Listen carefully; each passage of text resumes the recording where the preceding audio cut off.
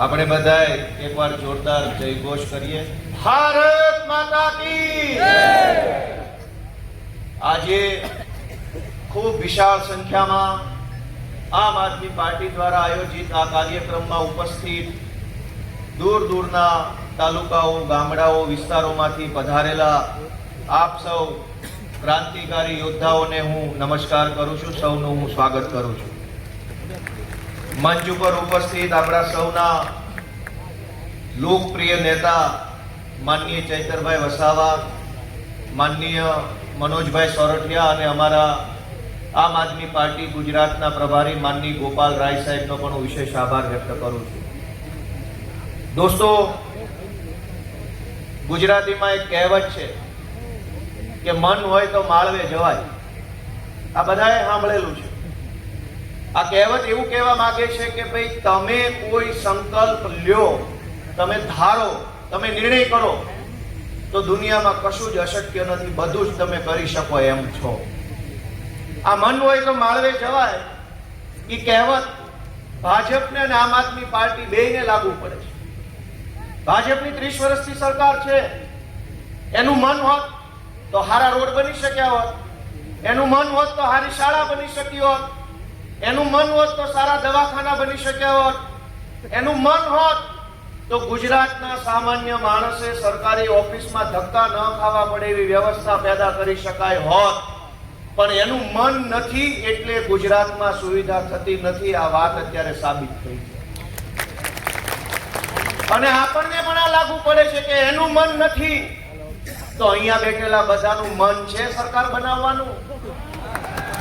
જો આપણું મન હશે સરકાર બનાવવાનું તો મન હશે તો માળવે જવાશે, એવું આપણા મહાપુરુષો કહી ગયા છે। દોસ્તો, આજે આપણે અહીંયા મન બનાવવા માટેનો આ કાર્યક્રમ છે। અહીંયા બેઠેલો એક એક માણસ જો મનમાં એવો નિર્ણય કરી લે કે હા, હું સરકાર બનાવવા માંગુ છું અને મારાથી સરકાર બની શકે એમ છે, આવો નિર્ણય જો લઈ લે ને તો આ લોકો સક્ષમ છે ગુજરાતની સરકાર બનાવવા માટે। દોસ્તો, વિસાવદરના અમારા ખેડૂતોએ સંકલ્પ કર્યો હતો, એમને મન હતું કે ગોપાલ ઇટાલિયાને જીતાડવો છે, ગુજરાતભરના લોકોને એક નવી દિશા અને નવી આશા આપવી છે। આવો નિર્ણય જો વિસાવદરના ખેડૂતોએ કર્યો તો એનું પરિણામ શું આવ્યું કે મારી સામે ચૂંટણીમાં મુખ્યમંત્રી, પ્રદેશ પ્રમુખ, ગૃહમંત્રી, કૃષિ મંત્રી, વન મંત્રી, પાણી મંત્રી, 2000 જેટલા બુટલેગરો, જમીન માફિયાઓ, ગુંડાઓ, લફંગાઓ બધા જ વિસાવદરની ચૂંટણીમાં આવ્યા હતા। પણ મન હોય તો માળવે જવાય। વિસાવદરના ખેડૂતોનું મન હતું કે આ ભ્રષ્ટાચારીઓને હરાવવા છે અને અમારા ખેડૂતના દીકરા ગોપાલને જીતાડવો છે। દોસ્તો, મન હશે તો બધું જ શક્ય છે આ દુનિયામાં। ભાજપનું મન નથી અને આપણું મન છે, એટલે મને એમ લાગે છે કે મોટી ક્રાંતિ ગુજરાતમાં આપણી રાહ જોઈ રહી છે। આજ તમે વિચારો કે ગુજરાતની ભાજપની સરકાર આપણા સંતાનો, આપણા યુવાન દીકરા દીકરીઓને શું આપી રહી છે અને આમ આદમી પાર્ટી આપણા યુવાન દીકરા દીકરીઓને શું આપી રહી છે? આમ આદમી પાર્ટી મારી જેવા, ચૈતરભાઈ જેવા સાવ સામાન્ય ગરીબ પરિવારમાંથી આવતા યુવાનોને ધારાસભ્યો બનાવી રહી છે, નેતા બનાવવાનું કામ કરે છે।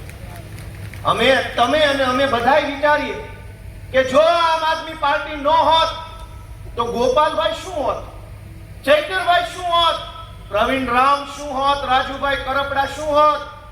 કંઈક નાનો મોટો સંઘર્ષ કરતા હોત, નાની મોટી નોકરી કરતા હોત ને ભાજપની સામે બળાપો કાઢતા હોત, પણ બીજું કશું ના કરી શકતા હોત।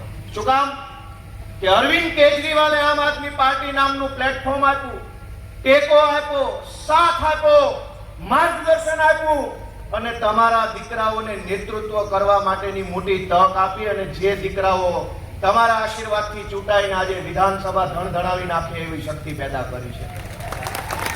આમ આદમી પાર્ટીએ તમારા દીકરાઓને ધારાસભ્ય બનાવ્યા, નેતા બનાવ્યા, આગેવાન બનાવ્યા। ભાજપે શું કર્યું? છોકરાઓને ડ્રગ્સના રવાડે ચડાવ્યા, દારૂના રવાડે ચડાવ્યા, છોકરાઓને નશાની તરફ આગળ વધારવાનું કામ ભાજપની સરકારે કર્યું। દોસ્તો, નિર્ણય તમારે લેવાનો છે, જનતાએ નિર્ણય લેવાનો છે કે તમારા દીકરાને નેતા અને આગેવાન બનાવે એ પાર્ટીને આશીર્વાદ આપવો છે કે દારૂ અને ડ્રગ્સના રવાડે ચડાવે એને આશીર્વાદ આપવો છે? ગુજરાતની અંદર બે દિશા છે, એક નશાની દિશા છે અને એક આગેવાનની દિશા. આમ આદમી પાર્ટી ગુજરાતના યુવાનોને રાજનીતિમાં લાવી યુવાનોની ઉર્જાને, યુવાનોની આવડતને, યુવાનોના ભણતરને સાચી દિશામાં કામે લગાડવાનું કામ કરે છે. ચૈતરભાઈ વિસ્તરણ અધિકારી તરીકે કામ કરતા હતા, હું પોલીસમાં કોન્સ્ટેબલ હતો, રાજુભાઈ કરપડા વકીલ છે, મનોજભાઈ ફાર્માસિસ્ટ છે, ઈશુદાન ગઢવી જર્નાલિસ્ટ થયેલા છે. દરેક ભણેલા માણસોની આવડતને, અભ્યાસને અને એની ધગશને ગુજરાતના વિકાસના કામે લગાડવાનું કામ આમ આદમી પાર્ટી કરી રહી છે. દોસ્તો, આ જે કાંઈ ભણેલા યુવાનો છે, એનામાં જે આવડત છે એ ગુજરાત માટે કામમાં લાગવી જોઈએ એવું કોણ વિચારે? અરવિંદ કેજરીવાલ અને આમ આદમી પાર્ટી. ભાજપ આપણા દીકરા દીકરીઓને જ્ઞાતિવાદના રવાડે, હિન્દુ મુસલમાનના રવાડે, ફલાણા જિલ્લાનો આ જિલ્લાનો એવા રવાડે ચડાવી હજારો યુવાનોની યુવાની બરબાદ કરવાનું કામ કરી રહ્યું છે. મિત્રો, મારી એક જ વિનંતી છે કે અહીંયા બેઠેલા અને આ કેમેરાથી સાંભળનારા ગુજરાતભરના લોકો આમ આદમી પાર્ટીની ચિંતા ભલે ન કરે, ગોપાલ ઇટાલિયા કે કેજરીવાલની ચિંતા પણ ન કરે, પણ દરેક માણસ પોતાના સંતાનોની ચિંતા તો કરશે કે નહીં કરે કે અમારા છોકરાઓનું શું થાય, અમારા પરિવારનું શું થાય, અમારા બાળ બચ્ચાનું, અમારા સમાજનું ભવિષ્ય શું.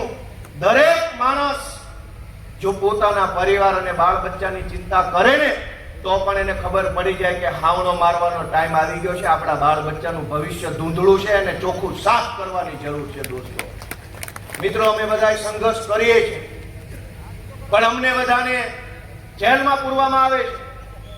મારા 36 વર્ષની ઉંમર છે, મેં આટલા વર્ષમાં કોઈ દી નહોતું જોયું ગુજરાતમાં કે ચાલુ ધારાસભ્યને જેલમાં પૂરવામાં આવે. ક્યારેય નહીં.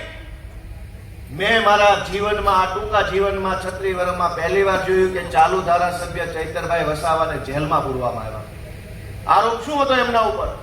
આરોપ એટલો કે એમણે આદિવાસી સમાજને જાગૃત કરવાનું કામ કર્યું, આદિવાસી યુવાનોને રાજનીતિમાં લાવવાનું કામ કર્યું, તો એમને જેલમાં પૂરવામાં આવ્યા. અમારા રાજુભાઈ કરપડા અને અમારા પ્રવીણભાઈ રામ આજે જેલમાં છે. મને પોતાની ઘણી વખત જેલમાં પૂરવામાં આવ્યો અને કદાચ ભવિષ્યમાં તે જવું પડશે એવી કદાચ તૈયારી ખરી. પણ તમે વિચારો કે આ રાજુભાઈ કરપડા, આ ચૈતરભાઈ વસાવા, આ ગોપાલભાઈ ઇટાલિયા, એને જેલમાં શું કામ પૂરવામાં આવે છે? કઈ ભાજપની સરકાર અમારાથી ડરી ગઈ એટલે જેલમાં પૂરી દીધા? ના ભાઈ ના. ગોપાલ ઇટાલિયા તો ગામડાનો સામાન્ય ગરીબ પરિવારનો છોકરો છે, એનાથી કઈ આવડી મોટી ભાજપ થોડી બી જાય. ચૈતરભાઈ થી